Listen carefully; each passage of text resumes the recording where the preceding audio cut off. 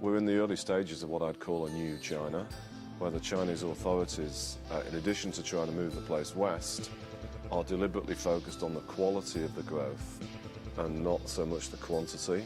To me, it should be a brilliant environment for genuine stock pickers or company pickers, but for general macro investors, I think it's possibly a bit of a graveyard because it's very complex.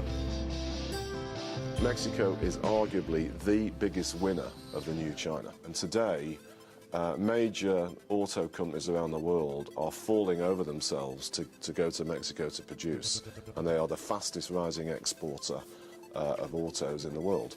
The mints are really just 4 countries that are part of a group that I call the Next 11, and they happen to be, in the case of 3 of them, the 3 except Nigeria, are already more than 1% of global GDP, and they've all got fantastic demographics.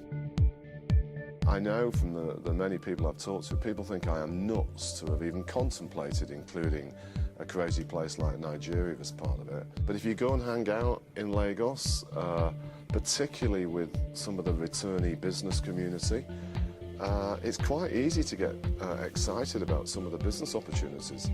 At the end of the day, economic growth is driven by 2 things: the size of the workforce and their productivity.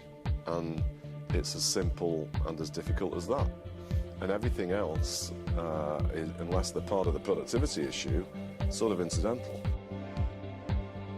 You've got to allow foreign companies to come in to help do things to boost your productivity. And it's obviously a big issue in the BRICS too. Out of all the BRICS and the mints, China is the only one that's kind of got that right. They deliberately invited in all these huge multinationals, knowing that that's the way to boost your productivity. China has huge issues with corruption. It hasn't stopped it growing by 10% for each of the past 3 decades. China's lifted 400 million people out of poverty, despite the fact they have a lot of corruption. You get growth and take people out of poverty, both the incentives to and the ability to preside over as much corruption go down. So to get wrapped up on you can't grow because of corruption is almost definitely, in my opinion, and it comes from experience of travelling around these places, it's wrong.